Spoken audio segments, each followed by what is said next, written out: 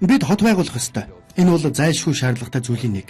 Гэхдээ бидэнд хот байгуулах өөр аргачлал хэрэгтэй. Бидний зөвхөн өдөр тутмын минь амьдралыг өөрчлөө зогсохгүй дэлхийг өөрчилж чадах шинэ нээлтүүд хэрэгтэй байгаа юм.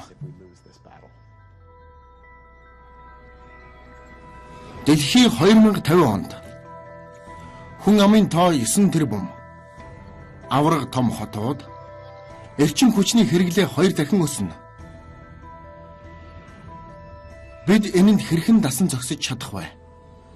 2050 оны дэлхий эрчим хүчний ирээдүй. Намайг Томас Гёц гэдэг. Дараагийн 1 цагийн турш бид танд эрчим хүчний ирээдүйн тухай 3 хүний хийсэн киног харуулах болно. Үгээрч зогсохгүй бид танд ирээдүйд хүмүүс хэрхэн машин барьж, хэрхэн амьдарч, мөн яаж шин зүйлүүдийн нээлтийг хийж 2050 онд дэлхийн ертөнцийг өөрчилж чадахыг харуулах юм а.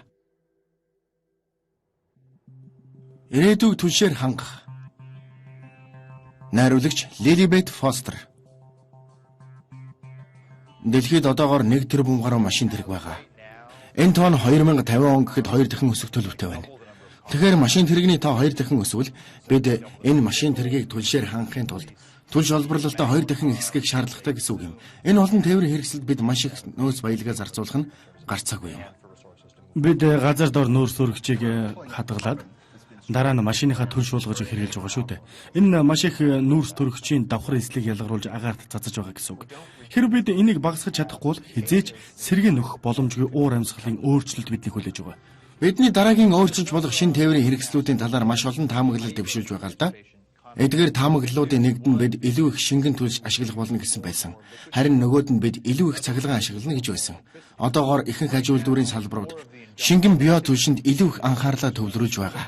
Шингэн түлшний хувьд 1 галлон түлшинд хэр их эрчим хүч агуулгадж байгаа нь янз бүр байдаг л да. Ирээдүйд батарей буюу цэник хураагуурууд илүү хурдцтай хөгжсөж хэлээ. Бид хизээж цахилгаан хүчээр ажилладаг том даацын машин болон нисэх онгоцуудыг харахгүй гэдэг нь ойлгомжтой. Бидэнд эдгээр том тээврийн хэрэгслүүдэд одоо ашиглаж байгаа газрын тосны түлшийг шууд орлож чадах адил төвшний түлш хэрэгтэй гэж бодож байна. Энэ нь хүмүүст газрын тосны түлшийг орлуулж болох өөр бусад маш олон төрлийн хувилбаруудыг нээж өгч байгаа юм.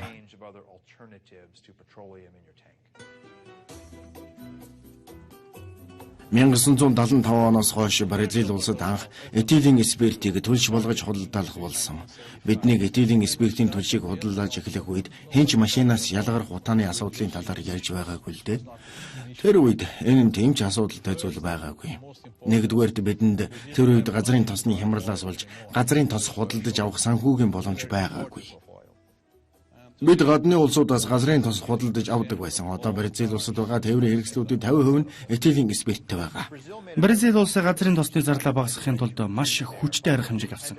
Тэдэнд гадаад улсуудын тусламж ширэггүй байсан. Яагаад гэвэл Бразил улсын цаг агаар нь сахарын нишинг ургуулахад хамгийн тохиромжтой. Сахарын нишинг ургуулдаг тариалангийн аж ахуйтай байхад зөвхөн сахар, этанол гэсэн 2 зүйлийг л энд ургуулж байдаг.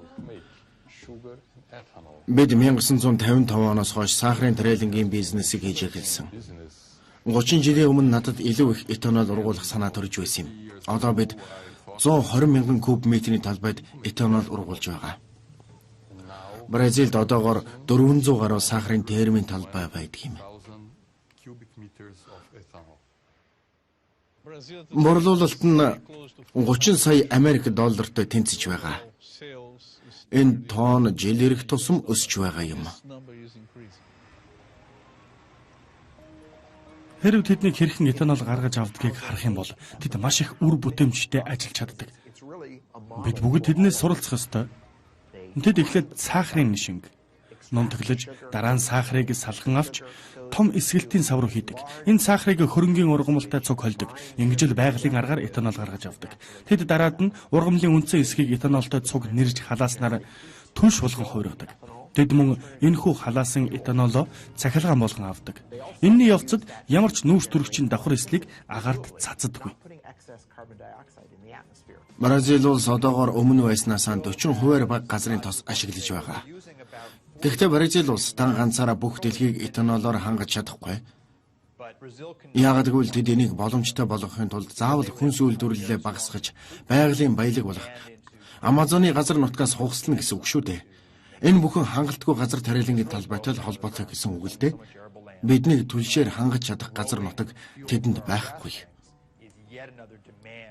Бид өөрсдөө дэлхийн асуудлыг шийдэж эхлэе гэж бодож болохгүй. Бид одоо байгаа амжилтандаа сэтгэл хангалуун байх ёстой. Бидэнд одоо газрын тос маш ихээр хэрэгцээтэй байгаа болсон. Одоо болтол байгальд халгуугаар нүүрс тээвэрлэх аргыг бодож олоогүй л байна. Гэхдээ бид чадах бүхнээ хийнэ. Хамгийн сайн арга бол био түлш ашиглах гэж бодож байна. Сахарын нишингээс этанол гаргаж авна гэдэг бол үнэхээр үр бүтээмжтэй үйл ажиллагаа.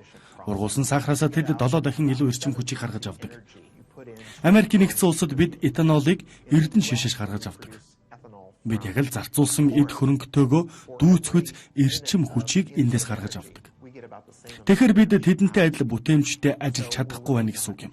Бидэнд илүү сайтар төлөвлөсөн үйл ажиллагаа хэрэгтэй. Бид байгалийн баялагаас заавал авах шаардлагагүй шүү дээ. Харин энэний оронд бид өөрсдөө тариалсан ургамлаа бүтээмжтэй байдлаар ашиглаж сурах хэрэгтэй. Бид одоо энэ дээр суурилж ажиллаа явуулж байгаа. Бид эндээс ямар арга замуудыг олж харж болох вэ гэдгээ эхэлж бодох хэрэгтэй. Энэхүү санхүүгийн хувьд ашигтай байгаа зогсохгүй. Зогсолгүй хөгжиж байх шаардлагатай юм. Одоогоор бид бүгд энд анхаарлаа төвлөрүүлж байна. Бид түлш эрчим хүчний салбарыг хөгжүүлэхийн тулд уралдаанд оролцож байна. Энэ бол бусад улстай хийх уралдаан биш. Энэ бол цагтаа уралдах уралдаан юм. Бара Бонита, Бразил улс. Ирээдүйн хэрэгцээ шаардлагыг хангахын тулд бид эрчим хүчийг газраас гаргаж авч байгаа. Дэлхийн хамгийн хямд, хамгийн бага нүүрс төрөгчтэй түлшийг Бразил улс сахарын тариалангуудаас гаргаж авдаг. Бразил нь дэлхийд хамгийн үр бүтээмжтэй байдлаар этанол гаргаж авдаг улс. Газолинтэй харьцуулбал сахарын нишингнээс гаргаж авсан этанолын спирт нь нүүрс төрөгчийг 70% багасгадаг. Shell нь Rising компанид хөрөнгө оруулалт хийсэн бөгөөд тус компани нь жил бүр 500 сая галлон сахарын нишингээс гаргаж авсан этанолыг олборлдог байна. Үйлдвэрүүдэд болон ханган нийлүүлэгчдэд тулгарч буй хамгийн том асуудал бол эх 20 жилд машины утаанаас болж үүсч буй нүүрс төрөгчийг багасгах.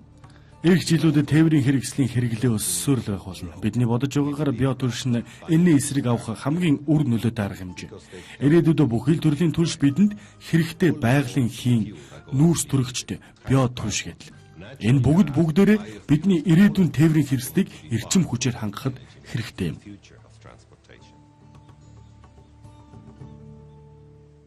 (2050 оны дэлхий эрчим хүчний ирээдүй. Ирээдүйг түлшээр хангах.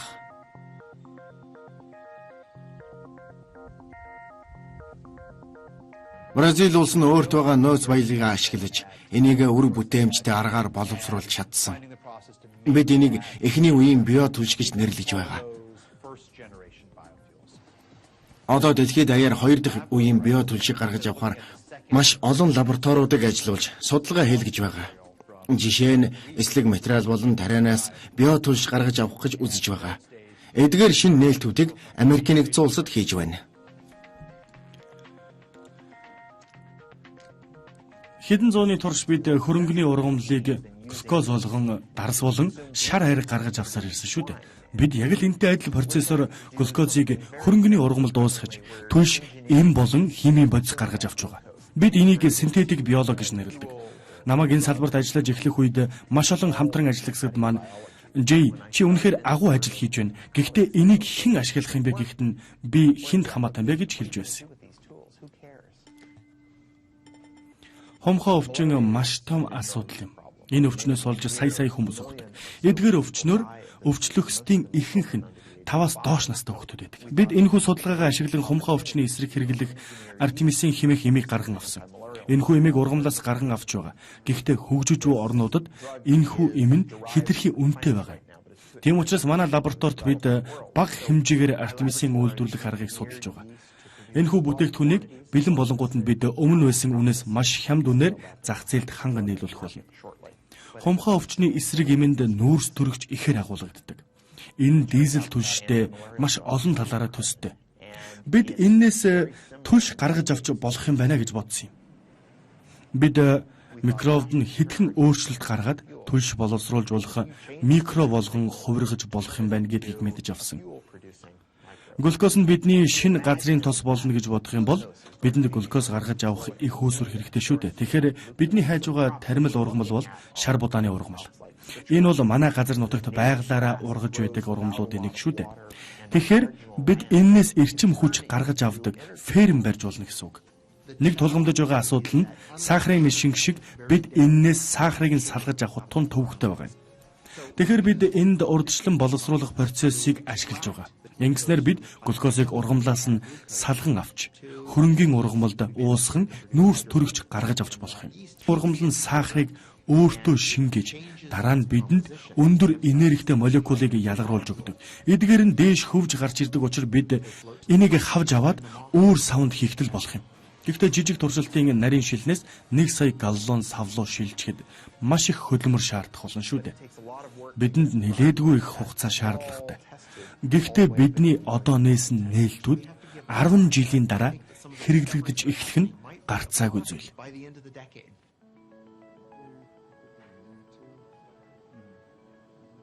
Дэлхийн байгалийн нөөцийг хамгаалахын зэрэгцээ биотулж олборлох нь их төвөгтэй асуудал юм.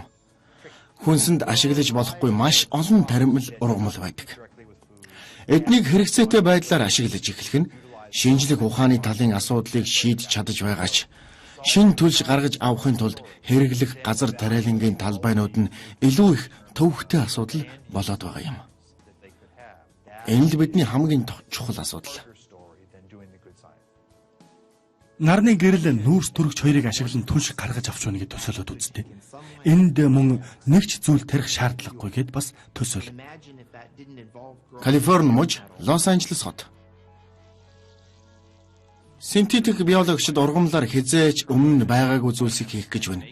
Нөгөө талд надтай адил материалын хиймч нар хиймэл фото нэгдэл ашиглан байгалийн гаргаж байгаа жинхэнэ фото нэгдлийг сайжруулахаар ажиллаж байна. Энэ ажил дээр бид нэлээд их анхаарлаа хандуулж байгаа.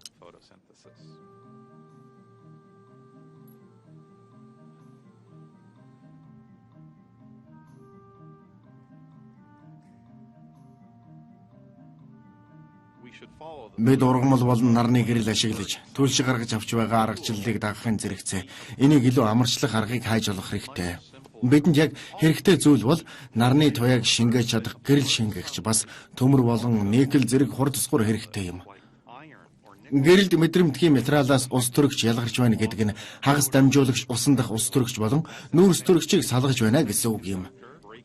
Эцэст нь бид энийг амархан гулсаж ордог гадаргуутай тавсан дээр суулгаж нарны гэрэл болон бороо орох үед энэ нь хүчил төрөгчийг агаарт гадагшлуулж харин доод хэсэг нь хийм болон шингэн түлшийг ялгаруулах юм. Бид энийг ялган авч машин тэрэг, онгоц гэд бүхэл зүйлд түлш болгон ашиглах боломжтой болох юм. Бид 2 жилийн дотор хамгийн анхны хиймэл фото нэгдэлтэй нарны энергиэр ажилладаг түлшний генератор барих зорилготой байгаа. Тэгээд тэрнээс цаашаа өргөжнө гэж бодож байна.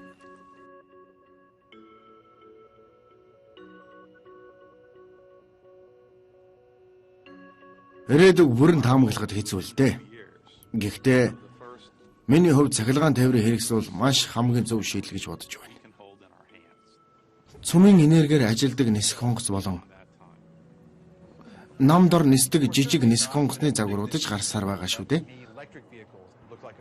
Хэрвээ бид 2050 он гэхэд газрын тосны нөөцгүй болж байх юм бол эдгээр нь байгальд сөрөг нөлөөгүй технологиудыг хангалттай нэвтрүүлж чадаагүй байна л гэсэн үг юм. Бид дэвшилтэнд хүрч чадаагүй байна гэсэн үг юм. Газрын тосны үйлдвэрлэлийг босгох гэж бидэнд нэлээдгүй их цаг хугацаа орсон.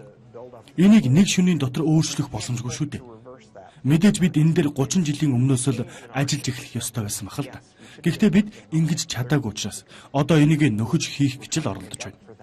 Яг одоо энэ бүхнийг эхлүүлэх наа захын судалгааг хийх маш олон хүмүүсийн тусалцаа хэрэгтэй байгаа.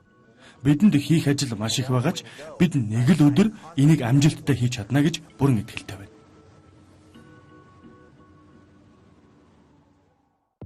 Ирээдүйд 3D газрын зургийг ашиглах хүмүүс хүссэн газраа илүү хурдан, илүү үр дүнтэй аргаар очих боломжтой. 2050 оны дэлхий эрчим хүчний ирээдүй. Бидний дөнгөж сая харсанчлан байгальд халгүй эрчим хүч ашиглах явц хурдцтай хөгжиж байгаа билээ. Энэний хажуугаар тээврийн хэрэгслийн тоо ихсээр байгаа бөгөөд 2050 он гэхэд дэлхий дээр 2 тэрбум тээврийн хэрэгсэл байх юм. Тэгэхээр түлшний хэрэглээ 3 дахин өснө гэсэн үг. Энийг багасгахын тулд бид жолоо барьдаг аргаа өөрчлөх ёстой болж байгаа юм.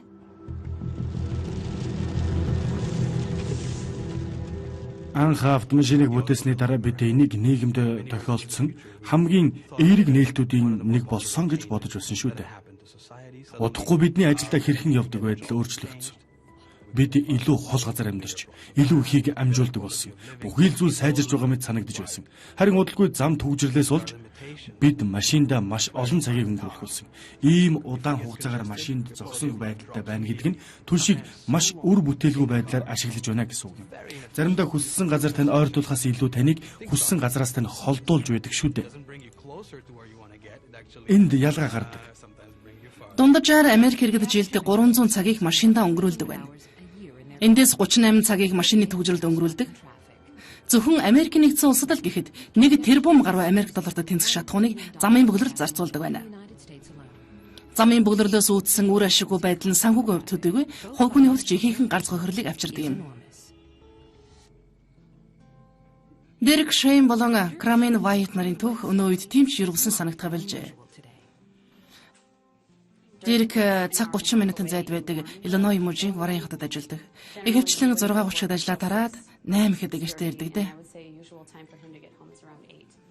Ээжээд ч гэсэн бүгд нийцсэн үү? Би гэрийнхнээс хамгийн түрүүнд өглөө ирцэрдэг. Заримдаа хүүхдүүд маань бас хамт сэрчигдэг л дээ. Гэхдээ ихэвчлэн би тэднийг сэрхээс өмнө ажилдаа явчихдаг. Өглөө сэрээд л ажилдаа яаж явах талаараа би бодож эхэлдэг юм. Замын хөдөлгөөний мэдээг шалгаж ямар нэгэн төвжирэл байна уу үгүй гэж шалгадаг. Хамгийн ихдээ 2 цагийн дараа би ажил дээр очино. Бид аль хэдийн хүүхдүүдтэйгээ хангалттай их цаг хугацаа өнгөрүүлж чадахгүй болсон. Бас бид энэ сарда маш их мөнгө зарцуулж байгаа. Сарда $400 шатхуунд зарцуулна гэдэг бол бидний хүнсэн зарцуулах мөнгө л багасна гэсэн үг шүү дээ. Бид өмнө хязгаарч шатхуунд ингэж мөнгө зарцуулж байгаагүй. Намайг машиндаа бага хугацааг өнгөрөөж шатхуунд бага мөнгө зарцуулж гэр бүлийнхэн тэмээ удаан хугацаанд байлгаж чадах тийм технологи байгаа бол би энийг шууд бүх талаараа дэмжинэ. Замын бөглөрлөөс олж бид цаг, шатхуун зэргийг хий дэмий үрж байгаагаас гадна сэтгэл зүйн хувьд ч их хямарч байгаа шүү дээ. Замын хөдөлгөөнийг илүү үр дүнтэй байдлаар зохицуулах нь бөглөрлөөс гарах хамгийн сайн арга. Хэрвээ хиймэл дагуулаар хурдны замын зургийг авах юм бол маш олон нээлттэй зай харагдана. Хэрвээ бид машинуудыг хоорондоо маш ойрхон бас энэнийхээ хажуугаар аюулгүй явуулж чадах технологиг нэвтрүүлж чадах юм бол бүхий л замыг илүү үр дүнтэйгээр ашиглах боломжтой болно гэсэн үг юм. Энэ нь юу гэсэн үг вэ гэвэл бид зам тээврийн хөдөлгөөнд оролцохдоо илүү үр дүнтэй арга ашиглаж бага шатхуун зарцуулах боломжтой гэсэн үг юм. Бидэнд хотын зам тээврийн хөдөлгөөнд төс ондоо байдлаар оролцдог тээврийн хэрэгсэл хэрэгтэй болоод байна. Ирээдүйн газрын зургууд нь хүмүүст хүссэн газраа илүү хурдан, аюулгүй байдлаар очиход туслаа зогсохгүй, илүү үр дүнтэй аргыг харуулах болно. Харин одоо бол зөвхөн А цэгээс Б цэг рүү очиход тусалж байгаа шүү дээ. Хэрвээ би хүссэн газраа очихдоо хамгийн бага шатхуун зарцуулахыг хүсвэл бас яах вэ? Эсвэл надад хайбрид машин байвал хүссэн газраа очиод буцаад гэртээ иртэл хангалттай цэник байгаа эсхийг мэдхийг хүсвэл яах вэ? Тэгэхээр илүү дэлгэрэнгүй сайн мэдээллийг ашиглаад хүмүүс илүү аюулгүй бас илүү ашигтай байдлаар хүссэн газраа очиж болно гэсэн үг. Чикаго хотод Noico компани байршил худалдаа аж ахуй хариуцсан хэлсэн хамгийн орчин үеийн газар зүйн зургалыг хөгжүүлж байгаа юм. Лайда, Санаар болон 360 градус видео зэрэг бүгд энэхүү төхөөрөмжд багтсан бөгөөд Nokia-ыг дижитал газар зүйн зургал гэж нэрлэж байгаа юм. Бид байнга эргэлдэж байдаг 64 лазерын тусгалаар дэлхийн 3D газрын зураглалын мэдээллийг цуглуулдаг. Энийг бид Point Cloud мэдээлэл гэж нэрлэдэг. Энэхүү систем нь бидэнд нэг цэгээс нөгөө цэг хүртэлх мэдээллийг өгдөг. Түүнчлэн тус системтэй хамт нарийн байрлал тодорхойлох камер болон дата бичигчийн тусламжтайгаар бид секундэд 1.3 сая цэгийн датаг авах боломжтой болсон. Ойролцоогоор бид 2-3 жилийн дараа таны явах замын хөдөлгөөний мэдээллийг бүрэн өгөх боломжтой системийг ашиглаж эхлэх юм.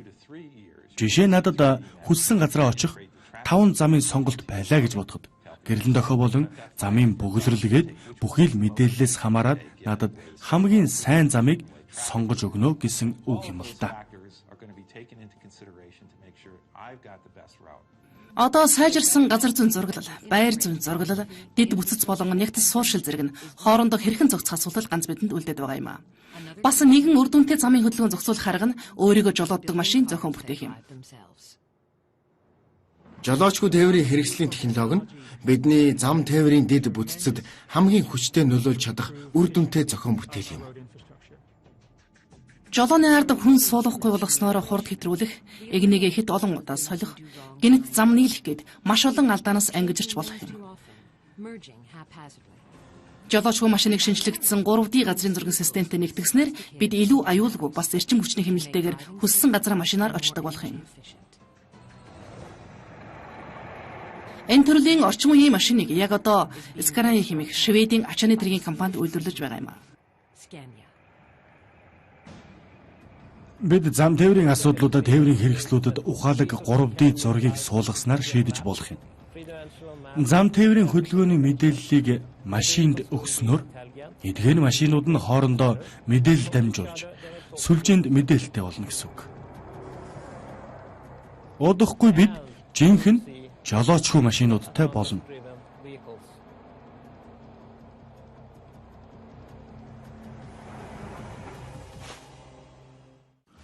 Бидний эхний зорилго бол 60 милийн зайд жолоочгүй явж чадах роботтой болох юм.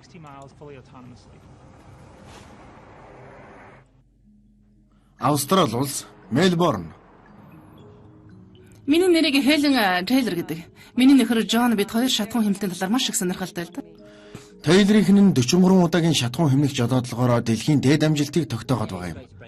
Дэлхийн дээд амжилтыг хэвдэх сайхан л да. Гэхдээ хамгийн чухал нь хүмүүст энэ талаар зааж зөвлөх. Бид шатхуун хэмнэхийн тулд хэрхэн энгийн арга хэрэглэхийг зааж сургаж байгаа. Энэхүү сургалтын хөтөлбөрт хамрагдж байгаа хүмүүс бидэнтэй хамт зам дээр гардаг. Бид тэдэнд зөвхөн энгийн зүйлүүдээс эхэлж зааж сургадаг юм. Жишээ нь машиндаа суухаас өмнө дугуйныхаа хийг шалгах, хэрвээ дугуйч нь хит хийтэй угаал та шатхууныхаа 3% хий дэмий зарцуулж байна гэсэн үг юм. Цагт 65-аас 75 миль газар туулж байгаа тохиолдолд энэ нь шатхууныхаа 23%-ийг хэмнэн гэсэн үг. Олон нийтэд ярилцахад ихэнх хүмүүс эрчим хүчний компани Shell нь хүмүүс яаж мөнгө хэмнэх талаар бас машины утаанаас гарч байгаа нүүрс хүчлийг яаж багасгах талаар зааж зөвлөж байгаад их гайхдаг. Shell бидний дэлхийд даяар хүмүүст энэний талаар зааж зөвлөхийг хүссэн. Энэ дэлхий дээр амьдарч байхдаа бид нэг ч гэсэн хүмүүсийн амьдралыг өөрчилж чадах ямар нэгэн зүйлийг хийхийг хүссэн. Хүмүүсээс би энэ жил ийм хэмжээний мөнгө хэмнэж чадсан. Одоо бид илүү их мөнгө их хүнсэндээ зарцуулах болсон гэсэн имэйл ирэх тэрлүүд бид хүмүүсийн амьдралыг өөрчилж чадсанаа мэддэг. 2050 оны дэлхий эрчим хүчний ирээд үе. Хотын зам тээврийн дэд бүтцэд маш их өөрчлөлтийг авчрах 3D дижитал газрын зураг нь бидэнд илүү их шатхууны хэмнэлтэй ирээдүйг харуулж байгаа билээ. Гэхдээ энэхүү технологиуд нь зөвхөн жолооны ард суудаг хүмүүст зориулсан юм. Харин хүмүүсийн бодож байгаагаар тээврийн хэрэгслийг жинхэнэ утгаар нь үр дүнтэй ашиглахын тулд эдгээр хэрэгслүүд жолоочгүй байх ёстой юм. Энэ жолоочгүй технологи нь мэдрэгчээс авахуулаад машины бүх хэсэгт суурилсан эд ангиудыг хэлж байгаа юм. 2007 онд Америк нэгдсэн улсын Батлан хамгаалгын яамнаас жолоочгүй машин үнэхээр байж болох схемийн мэдхийн тулд уралдаан зарлажээ. DARPA нь Батлан хамгаалах яамны судалгааны агент бөгөөд тэд жолоочгүй тээврийн хэрэгслийн тэмцээнийг зохиосон юм. Энэ тэмцээний үеэр тэд хэд хэдэн роботуудыг зам дээр гаргаж 6 цагийн дотор 60 миль газар туулж чадах нь үгүй юу гэдгийг нь харахаар болсон юм.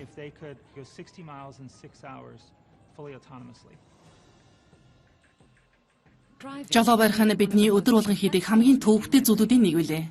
Ямар ч үед жолооч нар маш олон шийдвэр хийхэд бэлэн байх ёстой байдаг. Нэгэн судалгаагаар жолооч нар 1 минутанд 1300 гаруй мэдээллийг хүлээн авдаг гэсэн байдаг. Бид заримдаа юу ч бодлогоогоор маш олон шийдвэрүүдийг жолоо барьж байхдаа гаргаж байдаг. Тэгэхээр ийм төрлийн машин зохион бүтээх ажлын гол хэсэг нь програм бичих юм. Энэхүү програм нь маш олон мэдрэгчэнд маш олон мэдээллийг нэгэн зэрэг өгөх боломжийг бүрдүүлж өгөх ёстой.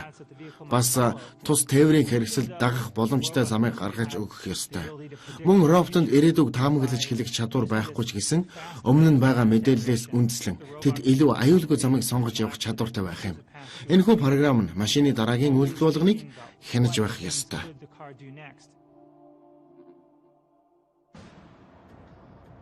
Хинч ойрын хугацаанд сая машинууд жолоочгүй замын хөдөлгөөнд орно гэж бодохгүй байгаа билээ.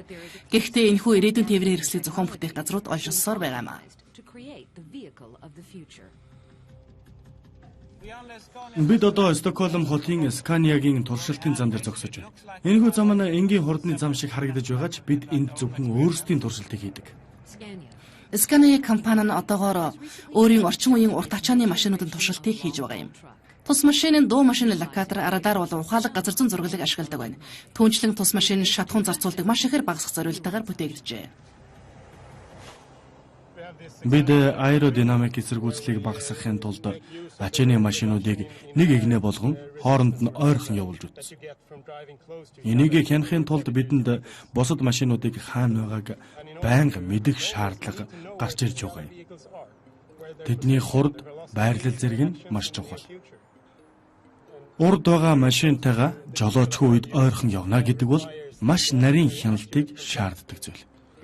Роботын шинжлэх ухаанд гарч байгаа нээлтүүдийг харах юм бол яг л загас сургахтай адилхан зүйл ажиглагддаг.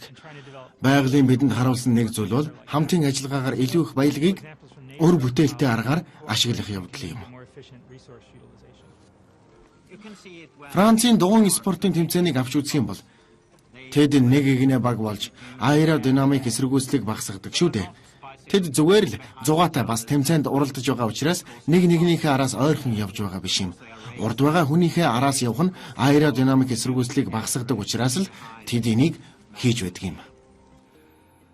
Цагт 56 милийн хурдтай явж байгаа ачааны тэрэг зөвхөн өөрийн хүрээлэн байгаарыг хөдөлгөхийн тулд тал энерги зарцуулдаг. Хэрвээ цагт 65 милийн хурдтай явах юм бол энэхүү тоо нь 3.2 дахин ихсдэг. Арараасаа явах нь энерги ашиглалтыг 10% буруулах зогсохгүй шатхуунд ч их хэмнэлттэй байдаг байна. Хэрвээ хамгийн урд явж байгаа машинд тооромслохыг хүсвэл энэхүү мэдээгээ бусад машинууд руу явуулна. Тэгэхээр тэд бүгд зэрэг тооромслох болно гэсэн үг юм.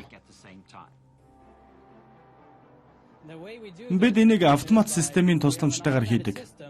Хэрвээ бид хаазан дээрээс хөлөө аваад тус төхөөрөмжийг асаах юм бол энэхүү машин урд байгаа машинтай адил хурдаар явж эхэлнэ гэсэн үг. Энэхүү мэдээллийг утасгүй системийн тусламжтайгаар машинуудын хооронд дамжуулдаг. Одоогоор бид бага зайд энэхүү машинаар амжилттай яваад байгаа. Бид энэхүү системийн тусламжтайгаар аэродинамик эсэргүүцлийг багасгаж илүү их шатхуун хэмнэх болно. Ойролцоогоор 10% бага гэсэн үг. Энэ нь юу гэсэн үг вэ гэвэл та жилдээ нэг ачааны машинаас 8,000 еврог хэмнэх боломжтой.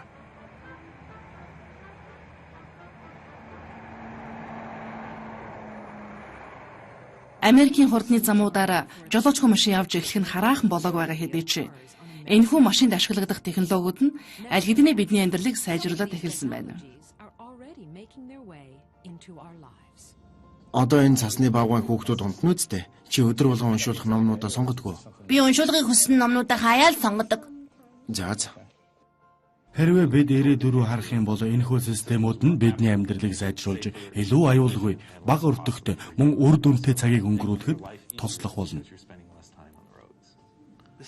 Хот өөрөө танд замын хөдөлгөөнийг мэдээллийг өгч хаана юу болж байгааг хэлж өгөх болно.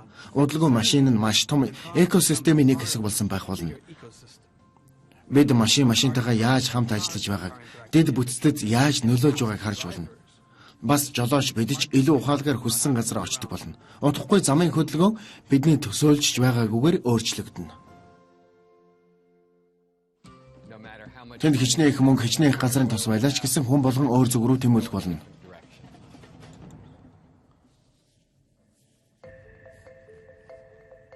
(2050 оны дэлхий эрчим хүчний ирээдүй). Бид яаж ашигтай байдлаар тээврийн хэрэгслийг жолоодж болохыг харлаа. Харин бид амьдарч байгаа хоттой өөрчлөлт гаргавал яах вэ? Та бүхэн бидний дараагийн төгс газрын эрэлтийг хүлээн авна уу? Бид Арабын нэгдсэн Эмират улсад очиж цөлөөс боссон сүндэрлэж байгаа хотоор аялах болно. Та бүхэн хүлээн авна уу? Эрт дээр үеэс л бид төгс төгөлдөр газрын эрэлт гарсан мэлээ. Энд бид нэг нэгнтэйгээ эв найрамдалтай амьдарч байгаль ихтэй тэнцвэртэй харьцах юм. Иймэрхүү газрыг маш олон хүмүүс мөрөөдөж эннийхээ загвар зохиомжийг гаргаж байсан. Гэхдээ энэхүү мөрөөдөл нь үргэлж бидний гараас мултарсаар ирсэн.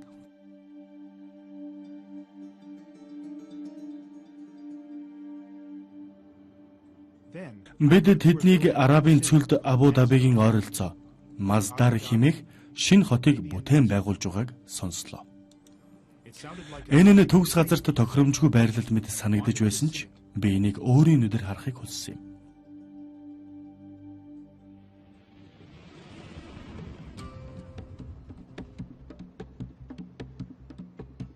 Сүүлийн хагас 100 бол хот бүтээн байгуулахад үнэхээр хэцүү он жилүүд байсан. Бүгд л тээврийн хэрэгслээ хаана байлгах талаар л бодож байсан. Та Абу Дабиг тойроод нэг алхах гээд үзээрэй л дээ. Энэ бол ямар ч боломжгүй зүйл болсон. Машин хаасаагүй байна шүү дээ. Дубай бас яг адилхан. Эдгээр хотууд бол дэлхийн хамгийн хэцүү явган хүн зорчих боломжгүй газрууд. Энэ хотууд мөн байгаль орчинд ээлтэй биш. Эдгээр зүйлүүдийг засан зохицуулахад тун төвөгтэй юм. Маздар хот нь одоо болтол баригдаж дуусаагүй бөгөөд энэхүү хотны хурдны зам нь гаднаасаа тэмцвэртэй харагдахгүй байгаа боловч энэхүү зам нь хотын барилгын дизайн болон эрчим хүчний хангамжийг тэржигт нь өөрчилнө гэж тэд үзэж байгаа. Абу Даби дэх Маздар хот нь дэлхийд үлгэр жишээ болж чадах үз ирээдүйн хот байх болно. Тэдний энэхүү төгс хотын дахин төлөвлөлтийг харахад үнэхээр гайхалтай санагдсан. Нүүрс зурагчгүй явган хүндээлтэй бас нөхөн төлжих эрчим хүчээр хангагдсан. Харин эндээс ажиглагдсан нэг зүйл нь биднийг яаж машинаа ашиглах байдал тэр жигтэй өөрчлөгдөжээ.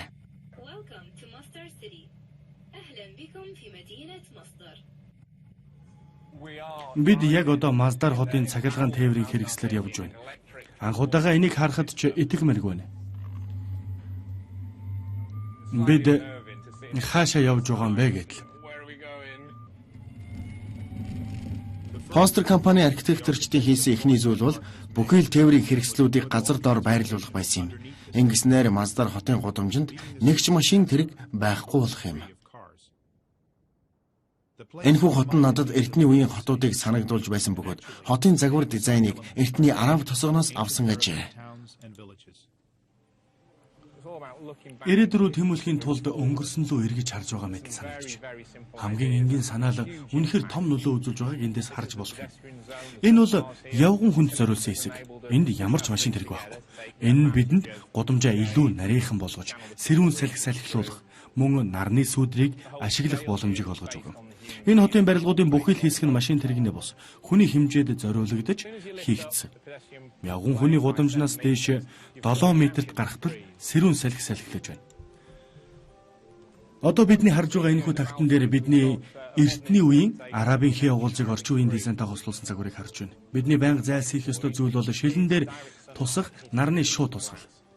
Нарны тусгал шилэн дээр буух үед үссэн халуун уур амьсгал нь барилгын бүхий л хэсгээр дарахдаг. Бид энийг хөрөхийн тулд маш их эрчим хүч ашиглах шаардлагатай. Энэ нь тийм чухал асуудал уу? Тийм ээ, мэдээж хэрэг. Жишээ нь Абу Дабигийн хотын төвийг аваад үзье. Тэнд 60 метрийн өргөн гудамжууд, хар цардмал зам, шилэн барилгууд байдаг шүү дээ. Тэгэхээр нарны тусгалаас яагаад ч хол байж чадахгүй гэсэн үг юм. 9-р сарын үед 2 газар хоёуланд нь 39 градусын халуун байсан. Засмал зам дээрээс авсан температур тэр үед 57 хэм хүрч байсан. Харин Маздар хотын газар дээрээс авсан температур 33 градус байсан.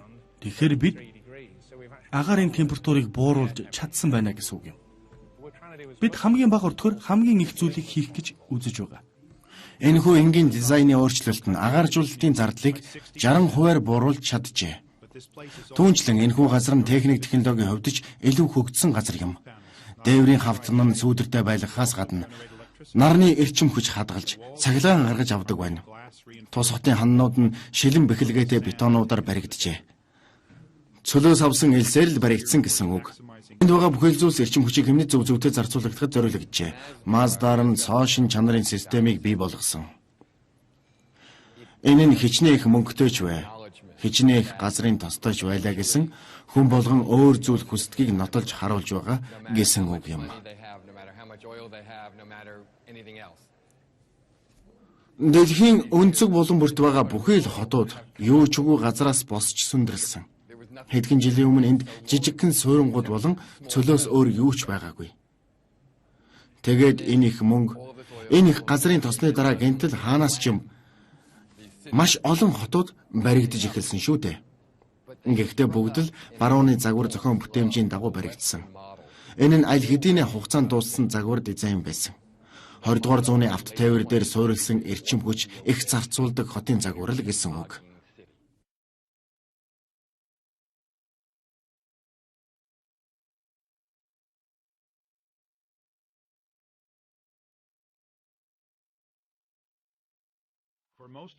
Дэлхийн бусад газар эрчим хүч маш үнэтэй байдаг. Харин Арабын нэгдсэн Эмират улс нь дэлхийн газрын тосны 10%-ийг дангаараа эзэмшдэг үлээ. Бас эрчим хүч энд хямдхан байдаг. Энд та их дэлгүүрт цасан дээр цанаар гулгасан ч болно. Бас дэлхийн хамгийн өндөр алсыг харагчдаар гарах боломжтой. Гэхдээ энд ч мөн адилхан хямд эрчим хүч удаан байхгүй нь гарцаагүй юм. Маздар хотын иргэдч эрчим хүч гаргаж авч болох бусад хувилбаруудыг хайсаар байгаа билээ.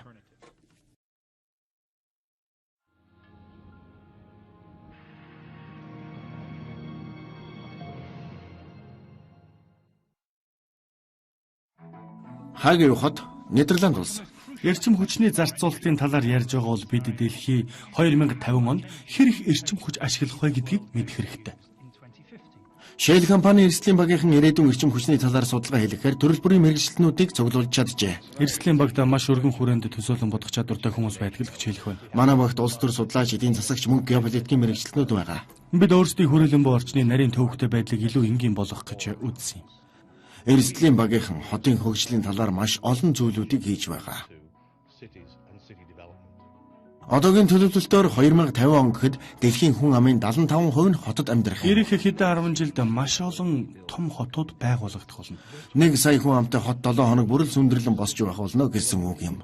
Энэ бол үнэхээр гайхалтай хэрэгцээ, шаардлага. Дэлхийн ихэнх баялаг нөөцийг хотууд л хэрэгжилж дуусгана. Хэрвээ бид илүү сайн хотын төлөвлөгөө гаргаж чадвал яах вэ? Нийтийн тээвэр, мэдээлэл, эрчим хүчний хэрэглээ өснө гэдгийг бид ойлгож байгаа. Бид мөн одоогийн хангамж нь ирээдүйд хангалттай хэрэглээг хангаж чадахгүй гэдгийг ойлгож байгаа. Тэгэхээр бид хэрэгцээ болон ханган нийлүүлэлт хоёрын донд байгаа зайг нөхөж өгөх хэрэгтэй болоод байгаа юм. Одоо бидний гаргах шийдвэрүүд эх хэдэн 10 жилийн дараа маш том үр нөлөөг авчрах болно. Дэлхий 2050 онд эрчим хүчний ирээдүй. Энэхүү 9 цөлийн дор 150 жил хэрэгжилж болох үс хангалттай их газрын тос байгаа. Гэхдээ Маздар хот дахин нөхөн сэргэж болох их усүрүүдээс эрчим хүч гаргаж авахыг хүсэж байгаа юм. Газар доорх дулаан болон салхины эрчим хүч, тэдний хайж байгаа их усүр нь элсэн цөлөөр дүүрэн ариун байгаа зүйл билээ. Нар. Энэхүү нарны эрчим хүч хадгалах хавтангийн талбай нь Маздар хотыг эрчим хүчээр хангалттай эрчим хүчийг цуглуулж чаддаг билээ. Тэд илүүдэл эрчим хүчийн Абу Дабид өгдөг гэж. Гэхдээ энэхүү силикон хавтангууд нь маш өндөр үнэтэй. Хэрвээ нарны эрчим хүч нь Африк, Аз, мөн Аризон дахь эрчим хүчний үнэтэй өрсөлдөхүйц байхыг хүсвэл үнэ бууруулах зайлшгүй шаардлагатай юм.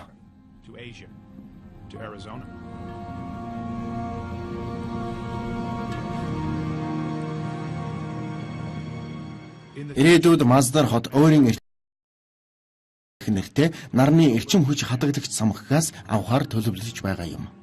Энэхүү асар их дүрс ойлгодог хавтангууд нь эдийн засгийн хувьд ч, экологийн хувьд ч силикон хавтанг бодвол илүү хэмнэлттэй байж чадах юм.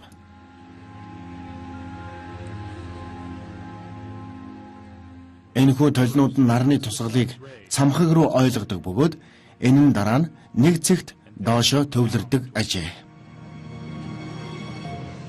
Энэ нь 600 хүртэлх градусын температуртай байдаг бөгөөд эндээс уур гаргаж хөдөлгүүр ажиллуулснаар тог гаргаж авах боломжтой юм. Гэхдээ энд нэг л асуудал байна. Энэ хоёр нарны эрчим хүчний технологиуд нь хоёулаа шөнийн цагаар ажиллах боломжгүй. Тэгэхээр Маздар хот нь нар жаргаснаас хойш эрчим хүчээ цахилгаан шугам сүлжээнээс авах шаардлагатай болж байгаа юм. Энэхүү эрчим хүч нь байгалийн хийгээс бүрэлддэг билээ.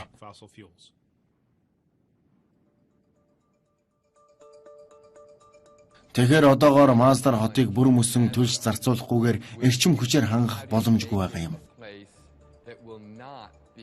Маздар хотыг бусад хотын тэмүүлээдэж хүрэхгүй итгэмээргүй оргилд хүргэх шаардлага бидэнд байгаа ч зөвхөн энүүгээр зогсож чадахгүй. Маздар хот нь лаборатори маягаар хөгжиж, туршилт хийгдсэн туршилтаас амжилттай гэсэн бүгдийг бид бусад хотууд дээр мөн туршиж үзэх хэрэгтэй юм.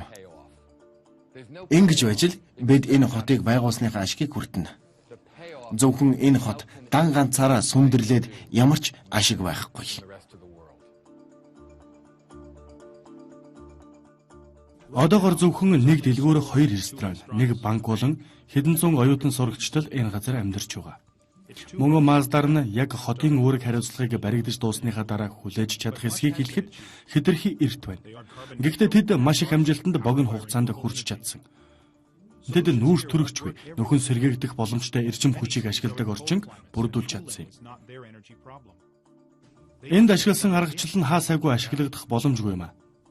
Маш олон хотууд хүйтэн цаг ууртай байдаг тул сэрүүцүүлэх агаржуулалтын асуудал гэж тэдэнд байхгүй маа. Тэдэнд нарны гэрлийг оруулахаас биш гаргах шаардлага байхгүй. Лос Анжелес болон Хьюстон шиг хотууд нь тээврийн хэрэгслүүдэд зориулагдаж баригдсан. Маздарсын техник технологиг тэнд ашиглаж болох болов.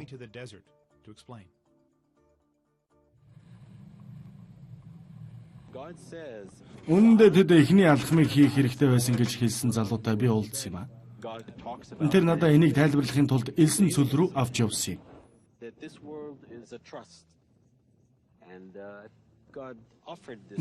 Бурхан гэж хэлсэн.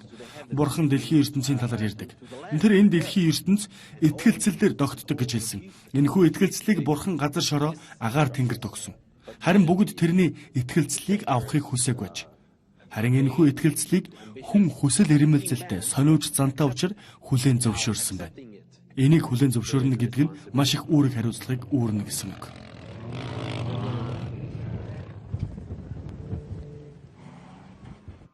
Үүрэг хариуцлагыг үүрэх нь үргэлж амар байдгүй лээ. Төгс газрыг байгуулах нь магадгүй боломжгүй зүйл байж болох ч бид энэний төлөө тэмүүлэх хэрэгтэй. Маздар бидэнд ирээдүйн хот ямар байх талаар санаа өгч чадсан.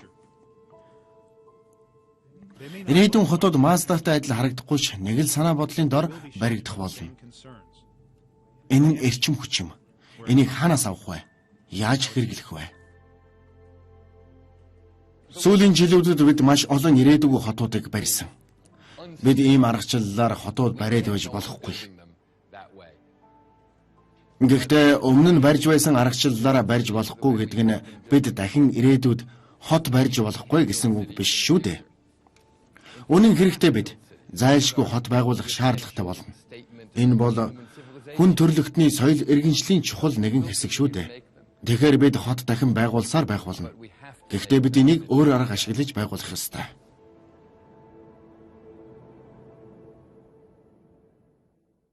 Бидний харсанчлан 2050 оны дэлхий өнөөдрийнхөөс тийм ч ихэхэн өөр харагдахгүй нь бололтой. Гэхдээ өсөж байгаа хүн амын тоо болон эрчим хүчний хэрэглээний өсөлт нь жинхэнэ үр дүнтэй шийдлийг биднээс шаардж байгаа. Бидний харсан эдгээр нээлтүүд нь хүн төрлөختөнд 2050 оны дэлхийг байгуулахад чухал үүрэг гүйцэтгэх юм а. Эко телевизийн кино гадаад нэвтрүүлэг ялбах 2017 он.